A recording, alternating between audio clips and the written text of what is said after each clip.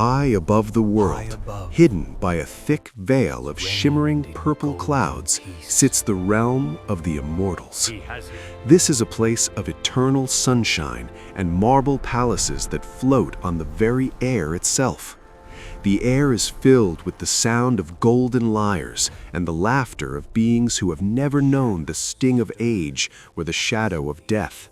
At the center of this majestic kingdom, a great celebration is underway. The Lord of the Sky and his radiant queen are presenting their newborn son, Hercules, to the assembled celestials. The infant is not like other children.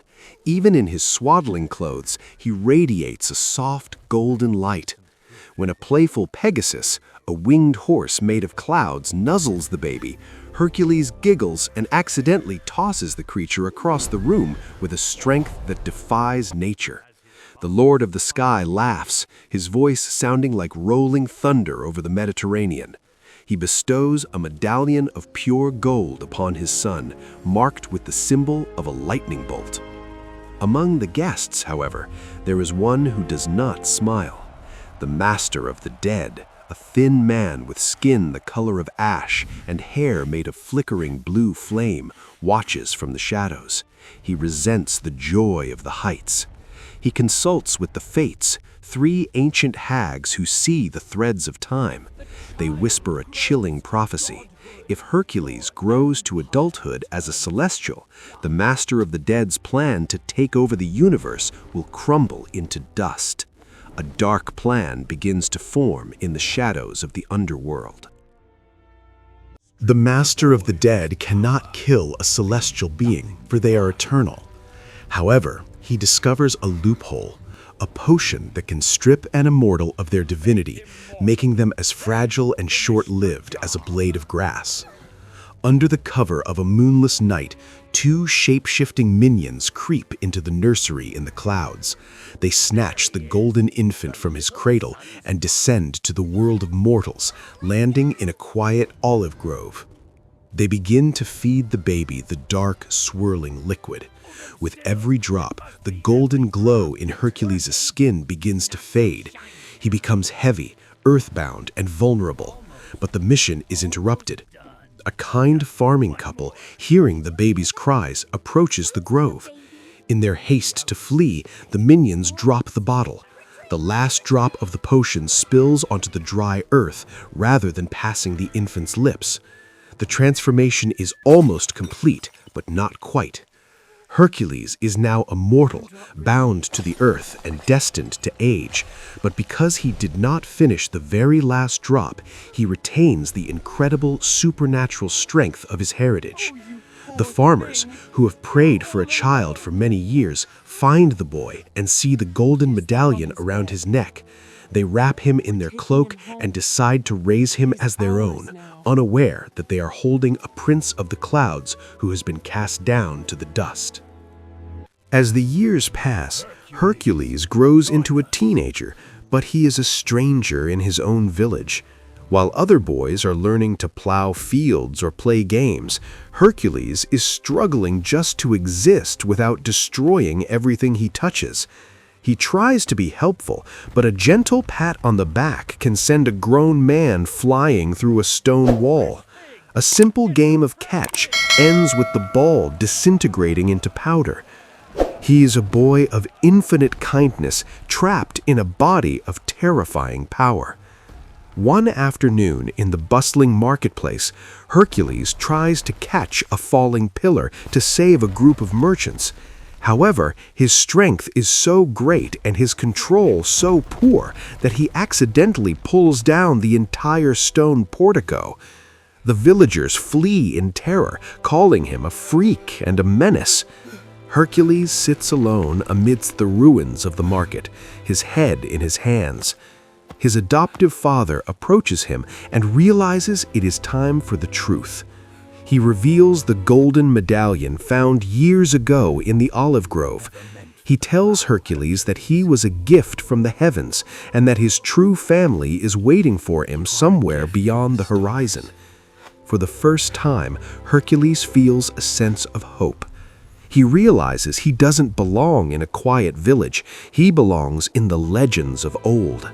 He says a tearful goodbye to the only parents he has ever known and sets out to find the great temple, seeking answers from the divine beings who dwell in the stars. Hercules travels for weeks until he reaches the great temple, a massive structure of white stone perched on a cliff overlooking the sea. Inside, a giant statue of the Lord of the Sky towers over the altar. Hercules kneels and prays for guidance, holding his medallion toward the flickering torchlight. To his amazement, the air begins to hum with energy. The giant marble statue begins to move, its eyes glowing with a fierce celestial blue light. The statue speaks, its voice vibrating through the very floorboards. It recognizes Hercules as its long-lost son. The Sky Father explains the tragedy of the boy's kidnapping and the loss of his immortality. Hercules pleads to be brought back to the clouds, to return to the home he was stolen from. But the Sky Father shakes his head sadly. A mortal, no matter how strong, cannot dwell among the celestials. There is only one way to reclaim his birthright. Hercules must prove himself to be a true hero on Earth. When Hercules asks how he can achieve such a feat, the Sky Father tells him to seek out Philoctetes, the legendary trainer of heroes. He also restores a piece of Hercules' past. He whistles into the wind, and from the clouds, Pegasus descends. The winged horse recognizes his old friend instantly, nuzzling the boy's cheek. With a new sense of purpose and a loyal companion at his side, Hercules flies across the sea, determined to transform from a clumsy boy into a legend worthy of the heavens. Hercules and Pegasus land on a remote, craggy island where they find Phil, a short, grumpy satyr who has long since retired from the hero training business. Phil is cynical and tired. He has trained many would-be legends who ended up failing or falling in battle. He initially refuses to help Hercules, wanting only to be left alone to eat his grapes in peace. But Hercules is persistent, demonstrating his raw strength by lifting a massive boulder with a single finger. Phil eventually relents, seeing a spark in the boy that he hasn't seen in centuries. The training is grueling. Hercules spends years on the island, learning that being a hero is about more than just muscle. He learns about balance, strategy, and the responsibility that comes with power. He practices archery, swordplay, and wrestling with mythical beasts. He falls, he fails, and he gets back up, his body growing leaner and his movements more precise.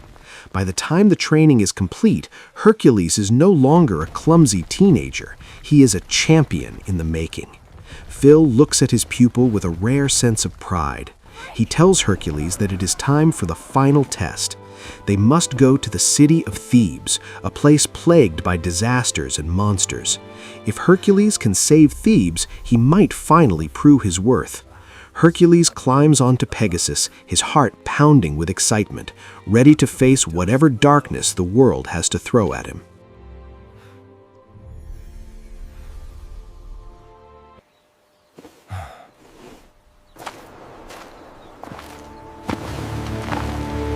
The city of Thebes is a chaotic metropolis filled with cynics and people who have lost all hope.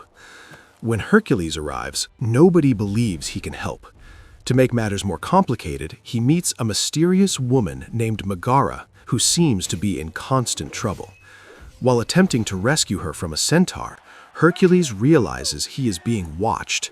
The Master of the Dead has discovered that the boy is still alive and has sent a terrifying creature to finish him off, the Hydra. The battle takes place in a dark, misty canyon. The Hydra is a massive, multi-headed serpent with scales like iron and breath like poison. Every time Hercules cuts off one head, two more grow back in its place.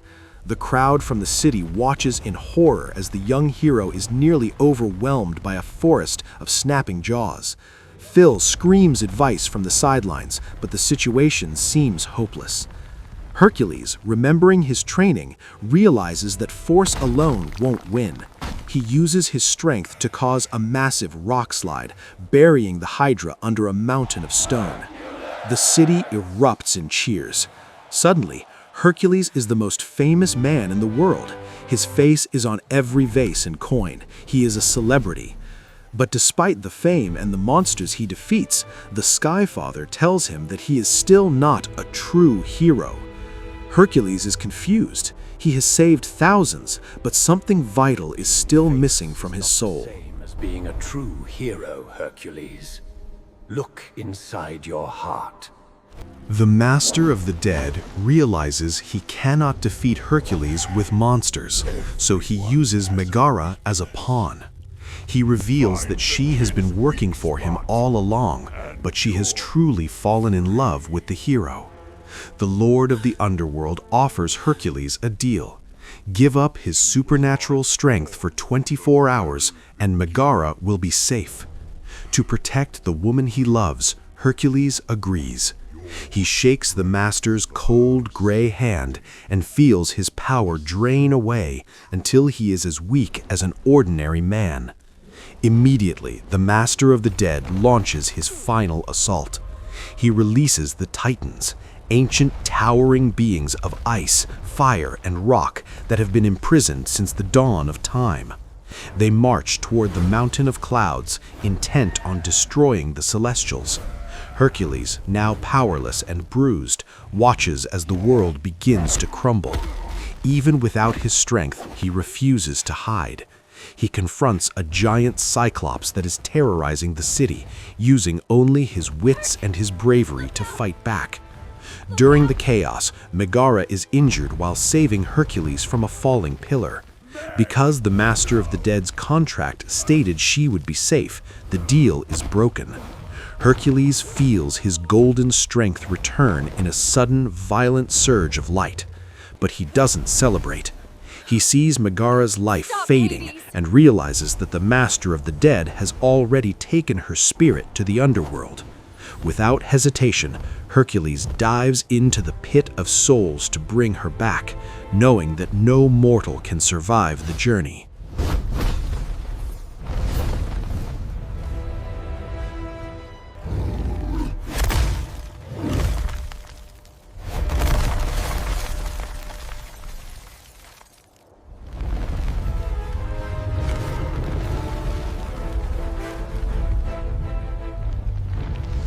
Deep in the underworld, Hercules reaches the swirling vortex of souls.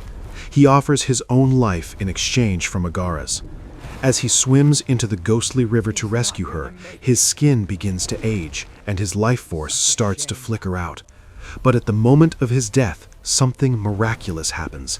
His body begins to glow with a brilliant, blinding gold light. Because he was willing to give his life for another, he has finally achieved the status of a true hero. The darkness of the underworld cannot hold a divine being. Hercules emerges from the pit, glowing like a sun, carrying Megara's spirit in his arms. He tosses the Master of the Dead into the vortex and ascends to the mountain of clouds. The purple mists part for him, and the gates of the marble city swing wide. The Lord of the Sky and the Queen of the Heavens stand ready to welcome their son home.